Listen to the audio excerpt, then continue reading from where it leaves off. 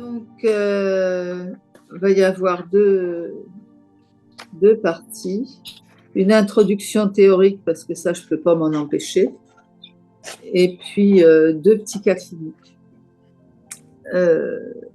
J'ai essentiellement essayé de situer le transfert dans la cure, c'est-à-dire le rapport entre l'analyste imaginaire interpellé ou requis par l'enfant ou les parents, et dans le rapport à l'objet du discours mis au milieu de cette relation et qui sert d'enjeu dans le transfert. Alors je l'ai appelé le transfert, une place dans l'autre des discours. Voilà, c'est une histoire compliquée, cette histoire de la psychanalyse avec les enfants, presque comme une conceptualisation loupée.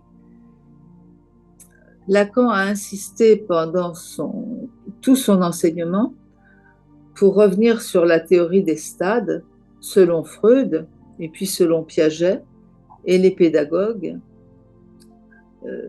théorie des stades qui leur permettait de penser comprendre l'enfant. Alors chez Freud, je les rappelle brièvement, c'est pas. Chez Freud, 0-18 mois, stade oral, 18 mois, 3 ans, stade anal, 3 ans, 7-8 ans, stade phallique, 7-8 ans, puberté, latence. Piaget, 0-2 ans, stade sensorimoteur, 2 ans, 7 ans, stade préopératoire, 7 ans, 12 ans, stade opératoire concret, 12 ans, 16 ans, stade formel. Juste une petite remarque insidieuse en passant, chez les deux, et chez tous les auteurs de cette époque-là, il n'est pas fait mention de la catégorie de l'adolescence, 15, 20, 18, 21 ans. Parce que c'est une catégorie qui apparaît essentiellement après la guerre, dans les années 50-60, confère l'article d'Edgar Morin sur les yéyés. À l'époque, on passait de la puberté à l'âge adulte. À remarquer également que chaque théorie propose ses stades plus ou moins similaires, que ce soit les cognitivistes, les sociologues, les psychoéducateurs, les éthologues, les neurobiologistes. Bon. Ils ont tous leur découpage de cette manière dont le petit homme a de passer de ce stade nourrisson à l'âge adulte. Lacan pensait que cette lecture ouvrait la porte à une interprétation par trop imaginaire de l'enfant et de sa croissance. En effet, axée autour des acquisitions progressives de l'enfant, allant devenant adulte, comme le disait Françoise Dolto, ses compréhensions de l'enfance inclinent vers un idéal, un enchérissement phallique qui rebouche le manque nécessaire pour accéder au désir. Donc, qui rate la structure du sujet dans ses rapports à l'autre, au discours et à la langue, qui ne permet donc pas l'interrogation du transfert. Effectivement, l'imaginaire de ces lectures du réel l'emporte. Il y est seulement opéré une découpe du réel qui détermine l'objet ou les objets dans la science choisie comme médium de compréhension. Cette lecture évacue le sujet. Elle aborde seulement le visible des comportements, l'ego, la personne. Personne, cela dit bien ce dont il s'agit. Personne, c'est-à-dire pas de sujet. La légende d'Ulysse ne raconte-t-elle pas qu'il dut sa vie sauve d'avoir dit au cyclope qu'il avait blessé qu'il s'appelait personne, lui faisant ainsi répondre à ceux qui l'interrogeaient sur l'auteur de ses blessures, qui t'a fait cela? Et il répondit, personne. Donc les autres partirent. Pour recentrer la psychanalyse dans ses devoirs, Lacan a donc déterminé un seul stade, le stade du miroir, comme structure de franchissement qui s'impose à chaque naissance du sujet. Ah bon? Il y aurait plusieurs naissances.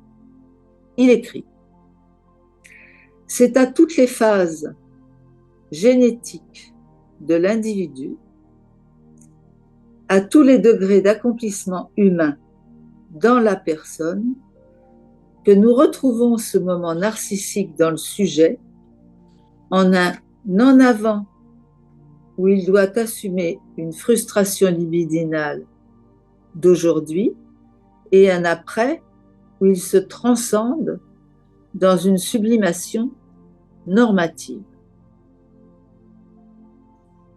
Cette conception nous fait comprendre, dit-il, l'agressivité impliquée dans les effets de toutes les régressions, de tous les avortements, de tous les refus du développement typique dans le sujet, et spécialement sur le plan de la réalisation sexuelle.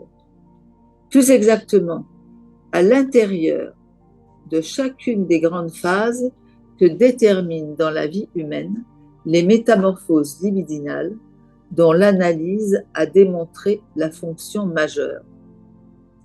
Sevrage, Oedipe, puberté, maturité ou maternité, voire climax involutif. Cette citation situe donc le stade du miroir à toutes les phases génétiques, c'est-à-dire biologiques de l'individu, sevrage, Oedipe, puberté, maturité, maternité, vieillesse, et à tous les degrés d'accomplissement de la personne humaine,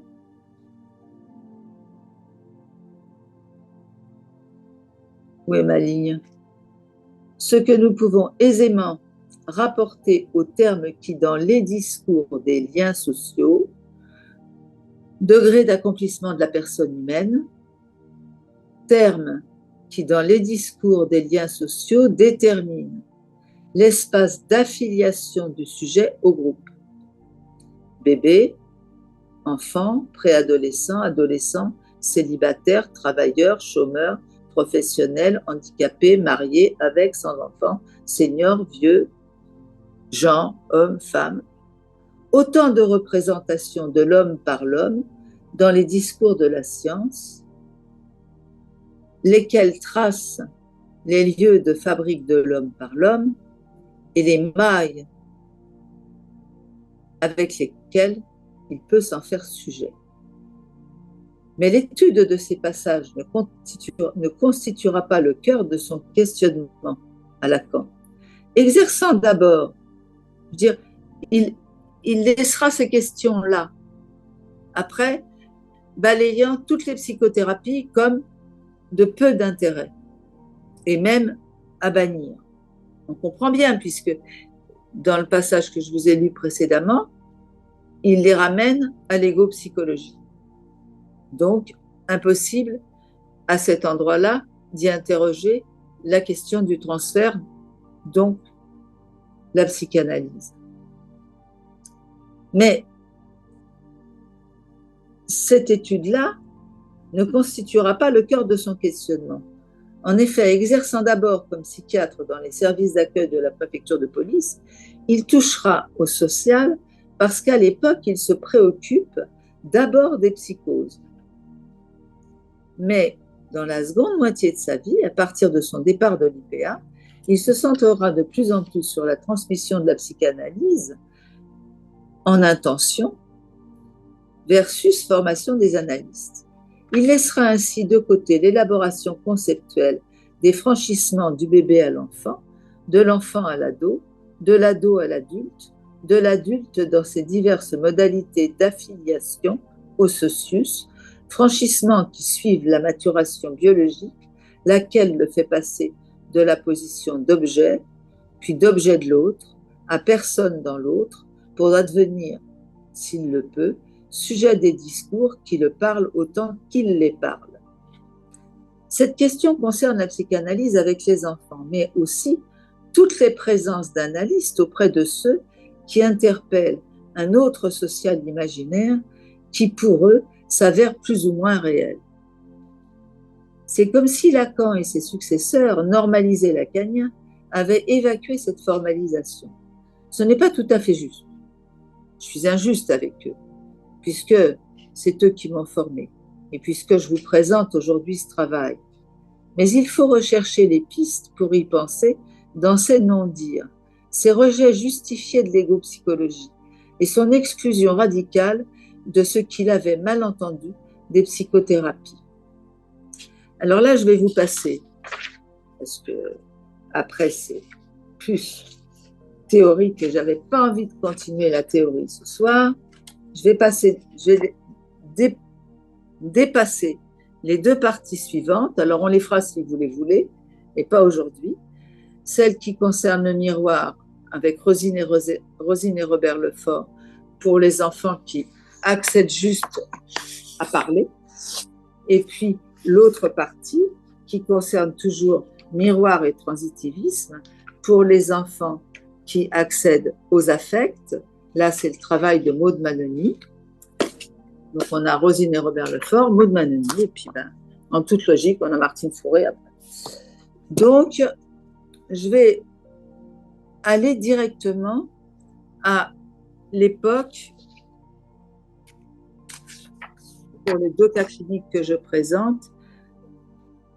Donc, l'entrée du sujet dans les discours, et je l'appelle miroir et transitivisme, mais j'ai appelé toutes les parties miroir et transitivisme. On pourra reprendre la définition du transitivisme après. Vous allez essayer d'écouter dans les cas cliniques que je vous présente le fil du transfert. Non pas ce que dit l'enfant, non pas les énoncés, mais ce qui se joue de ce que j'ai appelé moi le deuil de l'autre imaginaire, le deuil de l'autre, pour l'accès au lieu de l'autre, pour ces deux enfants. Donc c'est ainsi que je reçus Annabelle, une belle jolie jeune fille de 17 ans. Elle venait à la demande de son père et de sa belle-mère, tous deux enseignants. Elle n'avait rien à dire. Affalée sur la chaise, elle tripotait son smartphone dans sa poche, puis se mettait ostensiblement à en regarder divers sites. Je perturbais le cadre au bout d'un certain temps et la sortais de mon bureau et l'emmenais dans mon appartement, regarder sur la télévision je ne sais plus quel clip vidéo, ni quel chanteur ou chanteuse à la mode. Elle resta un peu déboussolée. Puis, après quelques séances, elle se décida peu à peu, en critiquant mes goûts, elle se dérida peu à peu en critiquant mes goûts de naze. Mais peu à peu, elle devint attentive aux vides détresse de dérive où je lui racontais comment certains acteurs, certains chanteurs s'écroulaient, d'autres devenaient célèbres, l'acceptaient, le refusaient, recommençaient. Dans nos très subreptices échanges, les séances duraient pas longtemps. Elle arrivait à rester un quart d'heure, 20 minutes, pas plus. Au-delà de l'image, commençaient à poindre les discours. Le bien, le mal, les jeux de la vérité et des hasards de la vie et de la mort. Je l'écoutais naviguer dedans. Je savais son père dans la drogue et sa mère, de naissance, d'après lui, dans la débilité, incapable de rien. Je savais sa belle-mère, courageuse et perdue dans tout cela, quand leur fils commun accaparait, avec ses passages à l'acte, toute la vie de la famille et passait devant cette jeune fille que les parents trop occupés finissaient par oublier parce que drogué comme son père, qu'il y avait initié, ce grand garçon avait un idéal bobo. Il en supportait les conséquences et surtout ne parvenait pas à suivre sa scolarité encombrée par ses idées embrouillées et ses autres endormissements. Alors elle taisait tout cela, comme si ses sentiments, son vécu ne pouvaient faire partie de sa parole. Trop dangereux pour les parents puisqu'elle était scolarisée dans le lycée où ils enseignaient. Elle devait taire la faute de son autre. Mais pas seulement. Pliée sous une bêtise apparente, bien utile pour ne rien trahir. Identification à sa mère de naissance. J'en savais rien. Par moments, lui échappaient des réflexions qui écroulaient cette façade. Moi, sans rien dire qui la touche particulièrement, Je continuais de lui raconter des chansons et autres contes modernes sur les styles multiples pour s'y faire homme ou femme dans le monde. Finalement, concluait-elle, t'es très con. Mais elle aimait bien mon salon. Et elle finit un jour où j'oubliais de le lui dire par me lancer sur le pas de la porte. À la semaine prochaine, madame. Nous avions transitivé au moins cela. Nous étions à Pâques. S'ensuivirent des séances où ce fut elle qui apporta le matériel. Nous regagnâmes mon bureau. Elle regardait sur YouTube une influenceuse qu'elle aimait bien. Je m'enquis de la suivre avec elle, j'y fus autorisée. Je n'ai aucun souvenir du contenu formel des posts. Et je me rappelle l'autorisation qu'elle me donna, qu'elle se donnait à la regarder, à s'y identifier, à la critiquer et à vouloir être aussi drôle qu'elle. Car au fond, de toute cette histoire, valait-il mieux en rire qu'en pleurer? En rire et faire rire elle dont tout le monde se moquait de ses réponses stupides aux questions des professeurs, riait à chaudes larmes de voir son idole faire rire volontairement des centaines d'abonnés avec ses maladresses et autres bons mots à double sens. Une sorte de Pierre Richard. Discrètement, mine de rien, j'en commentais avec elle le versant symbolique, les effets de manque, d'acceptation, d'attente, d'espoir, de temps, d'élaboration, de pensée. Et je la surpris à me faire rire de la dérision qui commençait à lui venir d'elle-même et de sa situation. Au fond, elle choisissait d'en appeler au rire, plutôt que d'en être l'objet. Les notes en classe remontèrent insensiblement et le trouble passé prit le nom de dyslexie, avec un port de toutes nouvelles lunettes à la pointe des progrès du numérique et qu'elle arborait au bout de son nez. À quel moment avait-elle pu franchir le pas?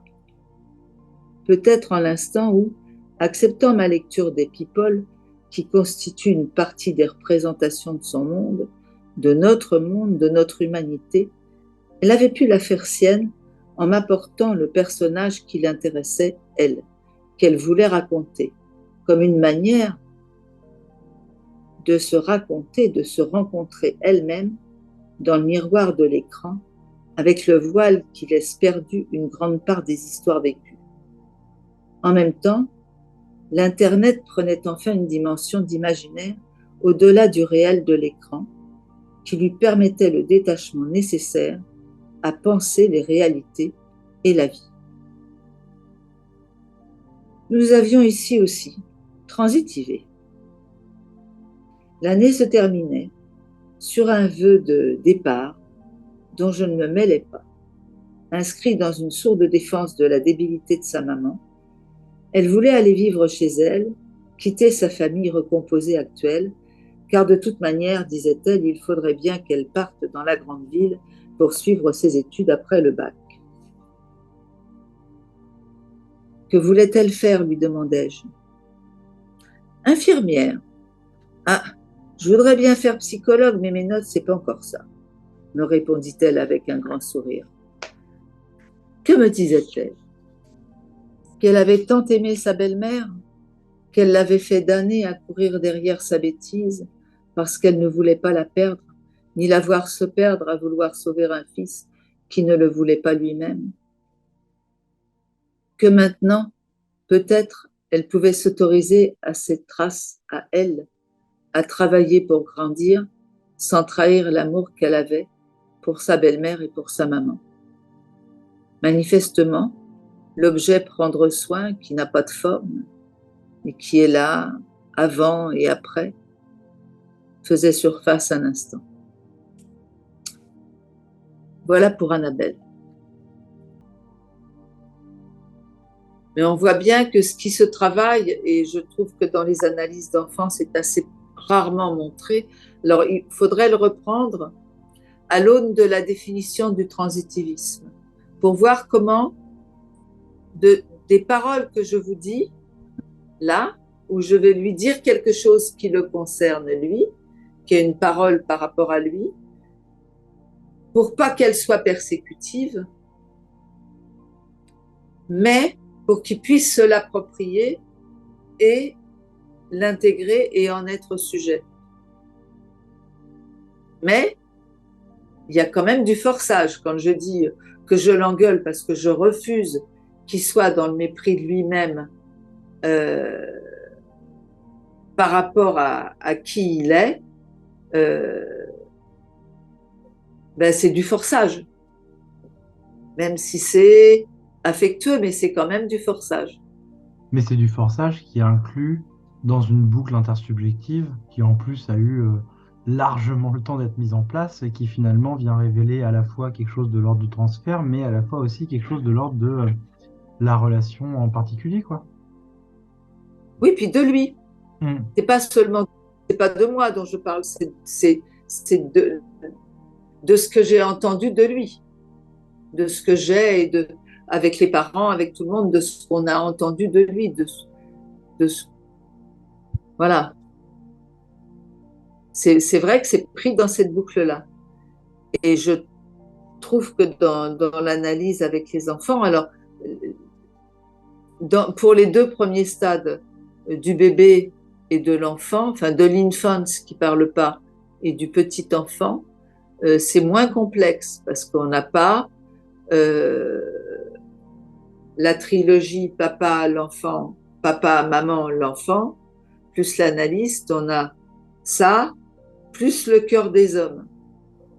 Et il faut que ce cœur des hommes qui, dans la Grèce antique, reprenait ce qui était en train de se dire, il faut qu'il puisse accéder au registre du symbolique, c'est-à-dire ne plus avoir besoin de représentation, mais consister en tant que langue et pouvoir être intégré, conceptualisé par le sujet.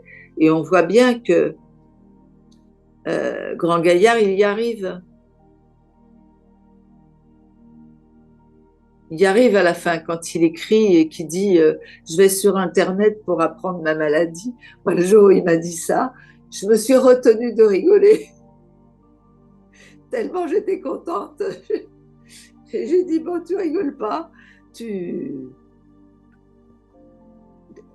t'écoutes, tu dis rien, et puis c'est tout. Puis après, je lui dis bah tu vas me l'expliquer. Donc c'est lui qui m'explique sa maladie. Voilà. Mais bon, il faudrait reprendre là ce que j'ai pas fait ce soir hein, pour que ce soit plus clair pour tout le monde. La définition du transitivisme, c'est un travail que j'ai commencé à faire là à partir de d'autres choses. Je suis tombée dessus en travaillant sur la décolonisation. Mais voilà. Donc Bon. on pourra. Est-ce que quelqu'un a une question ou une remarque d'ailleurs?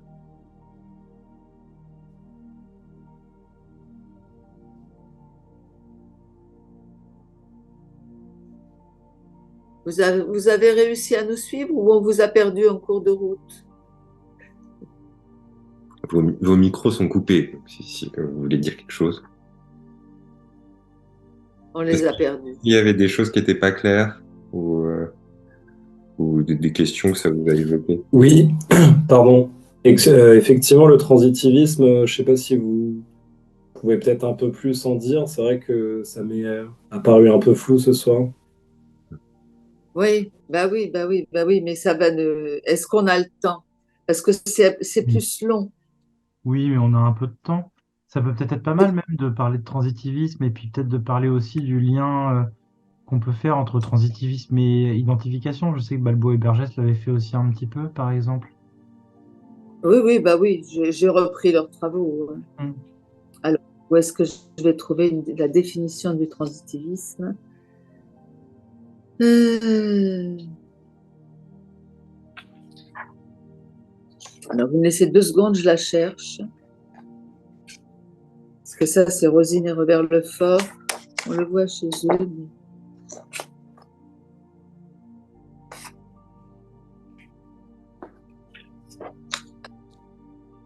Alors,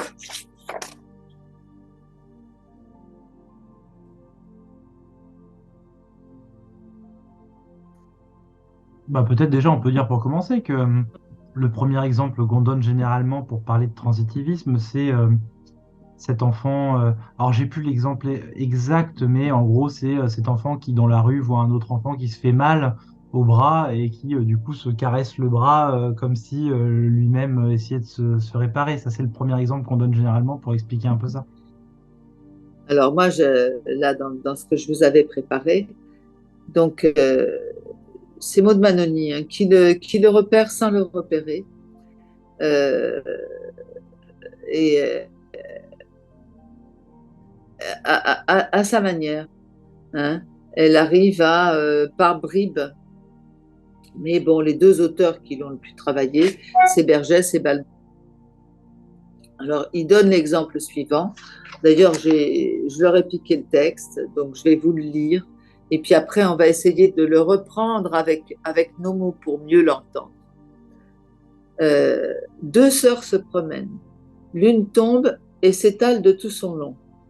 L'autre, avec un sourire qui découvre les dents et laisse entendre le sifflement que l'on émet dans la douleur, frappe à coups répétés ses dents avec ses doigts.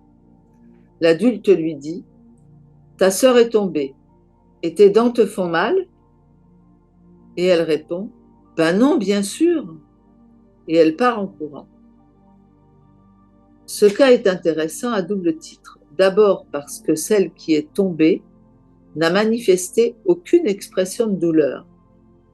Elle se relève et se remet à courir comme si de rien n'avait été. C'est sa sœur qui en souffre, et cette souffrance est à noter puisque, pour l'exprimer, elle se choisit une zone partielle de son corps à elle. Mais le transitivisme, il n'est pas que du côté de l'enfant. Il est du côté de la mère. Et il est non moins d'observation commune qu'à la vue de son enfant en danger de tomber, par exemple, ou qui vient de faire une chute, elle n'en manifeste rien. Elle s'en trouve affectée et n'hésite pas à lui exprimer son affect de douleur, de manière certes démonstrative, mais surtout parfaitement articulée et démontrée dans la parole. Et ce qu'elle éprouve et exprime par là est une certitude parce qu'elle soutient son affect d'un réel à elle. Elle, elle a un savoir sur la douleur que lui procure le fait de se cogner. Donc, quand l'enfant se cogne, elle manifeste ce savoir qu'elle, elle en a de son propre corps. Et c'est bien parce que son affect se soutient d'un réel que son enfant lui en rend raison à partir de ce qu'elle lui en dit. Mais il lui en rend raison d'un elle a mal. Peut-être pas forcément lui. C'est ça qui est compliqué dans le transitivisme. Le transitivisme n'est pas seulement ce que la mère éprouve et démontre, c'est aussi ce processus qu'elle engage quand elle s'adresse à son enfant parce qu'elle fait l'hypothèse d'un savoir chez lui, savoir autour duquel son adresse va circuler comme autour d'une poulie pour lui revenir sous la forme d'une demande qu'elle suppose être celle d'une identification de son enfant au discours qu'elle lui tient. C'est-à-dire que l'enfant ne peut pas se penser s'il n'a été pensé par l'autre.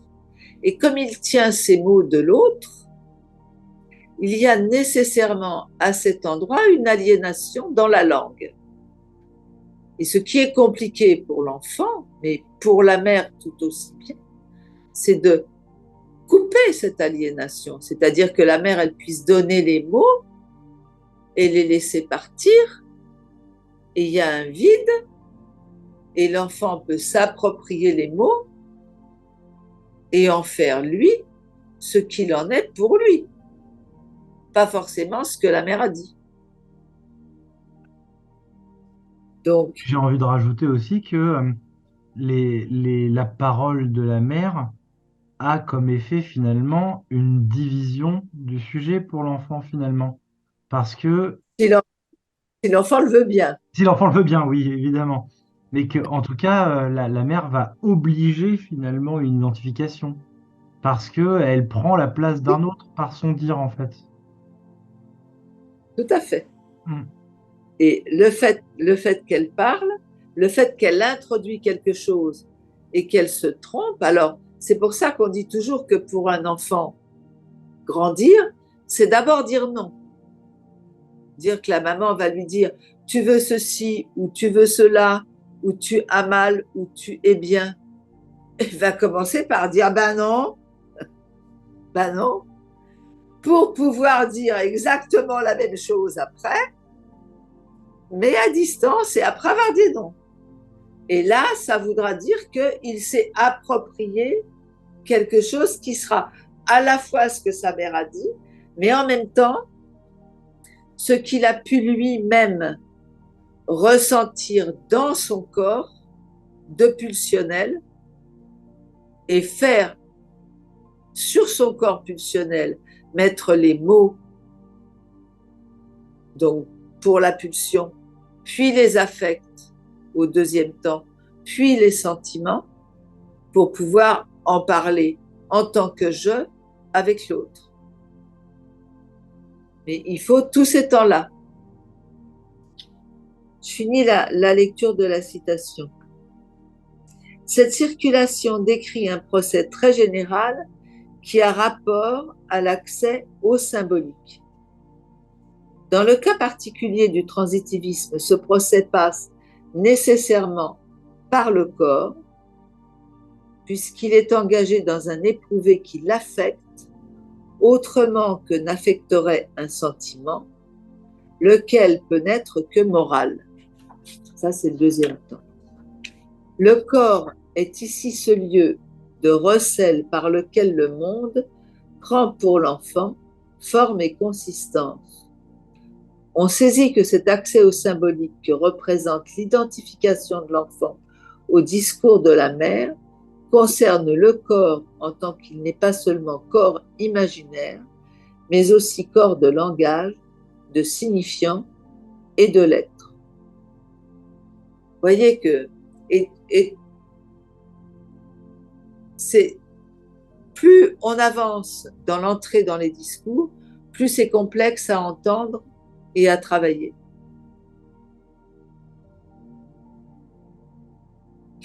Voilà, donc ça, Moi, ce que j'aurais tendance à vous proposer, parce que comme a priori le mois prochain, ce sera à moi de parler, je trouve que ce qui est le plus facile pour essayer de mettre un petit peu ça au clair, et puis je vais essayer de moi de m'en servir aussi pour introduire ce que je voudrais essayer de nous faire travailler un peu la fois prochaine, c'est de partir vraiment avec le schéma L de Lacan, pour essayer de comprendre ça, parce que et je trouve que la mise en tension entre justement, c'est-à-dire le schéma de l'agressivité entre A et A', entre le moi et le petit autre, et comment le grand autre vient justement couper quelque chose et de par sa position d'instance, introduire du symbolique, c'est précisément ce qui est en jeu dans le transitivisme et dans toute la question posée par Lacan de l'intersubjectivité. Donc, je pense que ce serait peut-être bien, je vais, dans ce cas-là, la prochaine fois, de vous préparer ça, de vous montrer un petit peu, de partir du schéma L, pour pas s'enfermer non plus dans Lacan, c'est pas le but. Je trouvais que c'était très bien ce que vous aviez, ce que t'as fait, Martine, de pouvoir justement vraiment ouvrir sur beaucoup de consistances cliniques, mais peut-être de repartir du schéma L, comme ça on aura l'occasion d'approfondir un peu plus la question du transitivisme, pour en passer, parce que je vous dis ça parce que la fois prochaine, je voulais vous parler de la question je vous avais un peu présenté un plan de ce sur quoi je voulais travailler cette année.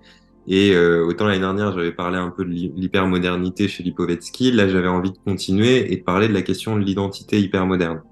Et donc, à travers cet enjeu de l'identité, de qu'est-ce que c'est que l'identité, pourquoi on parle de l'identité, quel sens ça a aujourd'hui dans nos discours, on va essayer, on va pouvoir en passer par l'enjeu d'une explication, pas forcément très longue, du schéma L. C'est surtout, l'intérêt, moi je trouve, c'est surtout de pouvoir s'en servir de ce schéma.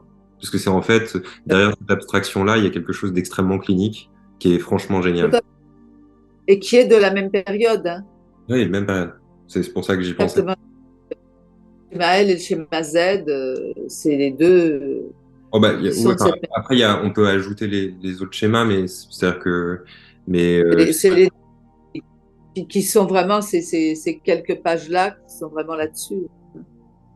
Mais qui sont, à mon avis, pour la clinique qui nous intéresse et là où c'est important avec les écrans, que ce soit les robots, moi je suis allée voir le dernier Avatar, le film. Pas vu, moi.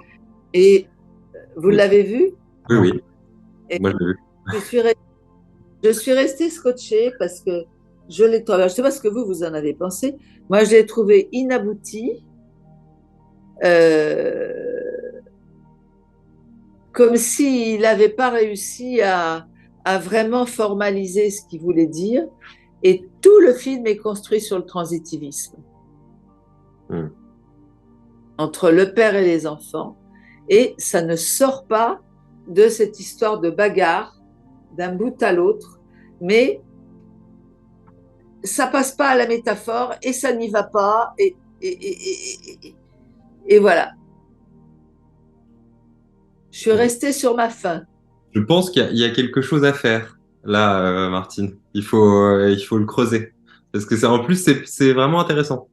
Pour ceux qui ont vu Avatar, c'est effectivement c'est une question, la question de Ouais, bah alors, après le temps du père est une question qui peut se poser ouais, dans l'analyse. mais est-ce que lui, il y a pensé? Moi, j'ai l'impression qu'il est resté coincé là-dedans.